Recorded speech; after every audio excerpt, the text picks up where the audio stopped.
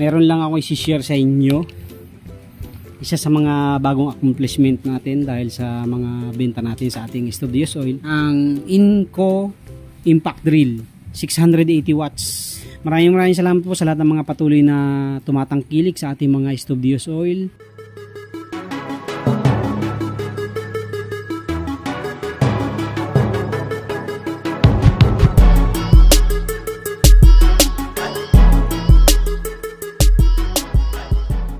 Yo, what's up mga kanit? Welcome back dito sa ating YouTube channel. Kamusta po kayo? Isang mapagpalang hapon po sa inyong lahat. At habang nagagawa tayo ngayon ay meron lang ako i-share sa inyo.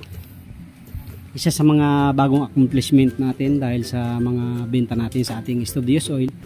Siyempre yung mga lumang gamit natin, mga dati natin mga drills ay nagsibigaya na.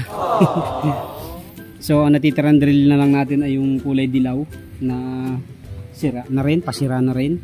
Yung drill natin na Bosch na wala pa tayong shop ay bumigay na yung gear sa bushing ng gear sa may motor gear, kaya pag pinipersa natin ay kumakabyus na, hindi na siya pwedeng gamitin sa mga persahan. And then meron tayong isang drill na ginagamit na itong ating cordless drill, kaso hindi naman pwedeng persahin din, mahina. Pang ano lang to, pang torque lang natin, torque screw, kaya hindi rin natin magamit sa pambutas. So mayroon pa rin tayong isang ginagamit na Makita na kay bayaw na maliit, yun nga lang syempre nakakaya rin namang palagi nandito, kaya ang ginawa natin, bumili na tayo ng bago. So after nating makabenta kahapon ay siningit na natin para hindi na tayo problema sa drill na ginagamit. So after nating mamili ng mga materyales kahapon, nakapamili tayo ng almost 3,000 mahigit na materyales. So siningit na rin natin to. Yan, ang Inco Impact Drill 680 watts. Ayan, bagong bago po yan. Nakasales po sila ngayon. Sa mismong outlet ko to binili. Dapat sa TikTok ako bibili, yun nga lang. Naisip ko na meron namang outlet na malapit dito sa Mayamin, kaya dumiretso na ako. So kahapon dumaan na ako. At swerte ko dahil naka 50% off sila. Ito ay 2,000 ang price. So nakuha natin ng 1,000 pesos. Ayan. So actually sa TikTok at sa Shopee 980 plus lang yata to. Ayan. So ito yung kanyang manual.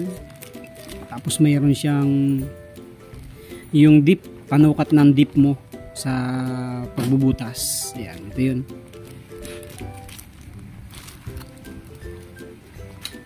Tapos mayroon siyang handle na kasama.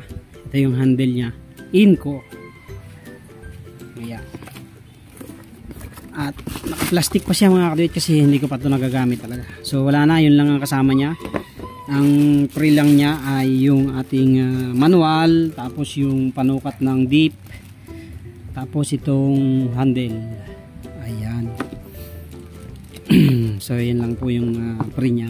Wala siyang ibang free. Meron pa palang free to, yung susi. Ito po yung susi.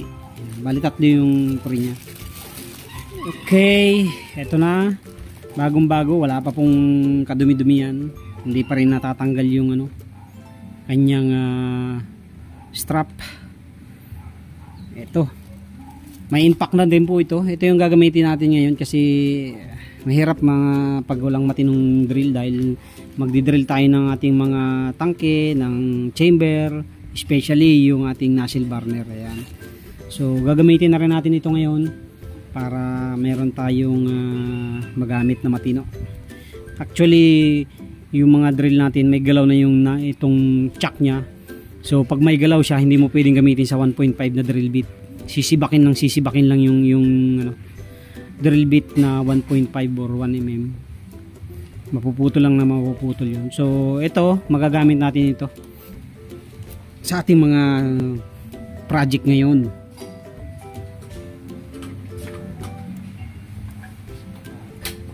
Sampulan natin.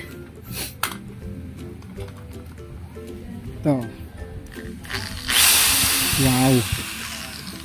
Ganda ng tunog. So actually meron niya akong isang Inco na grinder.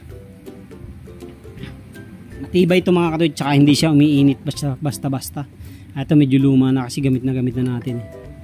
So yung nasira nating dalawang grinder at saka yung ating welding machine, hindi na po natin napaayos yun. Wala na, hindi na nagkaari.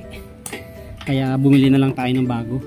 So ito po ang ating bagong Inco na drill para sa ating mga future projects. Ayan, napakaganda.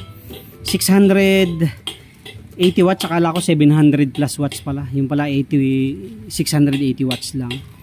Ayan, impact drill 220 to 240 volts, 50 to 60 hertz, 680 watts. Ayan.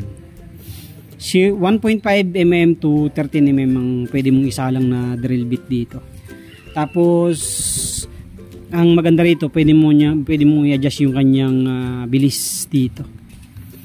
Ayan, meron naman naka-indicate plus dito, minus doon. Pag pinapunta mo doon ay plus, pag pinabalik mo minus. Ayan. Okay, so yung isang dilaw nga pala natin drill, bibilhan natin ng chuck doon. Sabi sa akin nung pumunta ako doon kahapon, sir, pag bibili kayo ng chuck dito, dalhin nyo na yung luma yung drill para maisukat natin kasi meron siyang magkaiba ng thread dito sa puno. Kaya ang gagawin ko, babaklasin ko na yung plastic niya na chuck kasi hindi talaga siya humihigpit ng matino eh. So ang gagawin ko, alisin ko na, tapos pag nagawi ulit tayo doon, dadalhin ko na lang siya, tapos bibilang ko siya ng bagong chuck para dalawa yung drill natin na maayos. And para hindi rin masyadong mapuwersa itong ating bagong drill ng Inco. So yun, maraming salamat po sa lahat ng mga patuloy na tumatangkilik sa ating mga Studios Oil. Thank you very much po. May napaship na naman tayo kahapon sa La Trinidad, Benguet. Ayan, shout out kay sir. At napakabait dahil isang inquiry lang niya sa atin. Nagtanong lang siya, tapos tinanong kung COD. Sabi ko wala pa tayong COD. Ayan, tapos tinanong niya yung mode of payment, and then nagbayad na rin agad. Hindi pa natin napapaship ay hiningi agad yung GCash number natin, tapos sinend na agad niya yung payment. So yun, at sa lahat po ng mga nagnanais na mag-order po ng ating mga bagong Studios Oil ay mag-message lang po kayo sa ating Facebook account ni Rabi para ma-finalize po natin yung inyong mga order. Thank you very much po. Shout out po sa inyong lahat, at may gagawin pa tayo. Gagamitin natin itong ating bagong Inco drill sa ating pagbubutas ngayon. Okay? God bless po sa inyo lahat. Thank you very much. Thank you very much. Shout out sa inyong lahat. Magandang hapon po.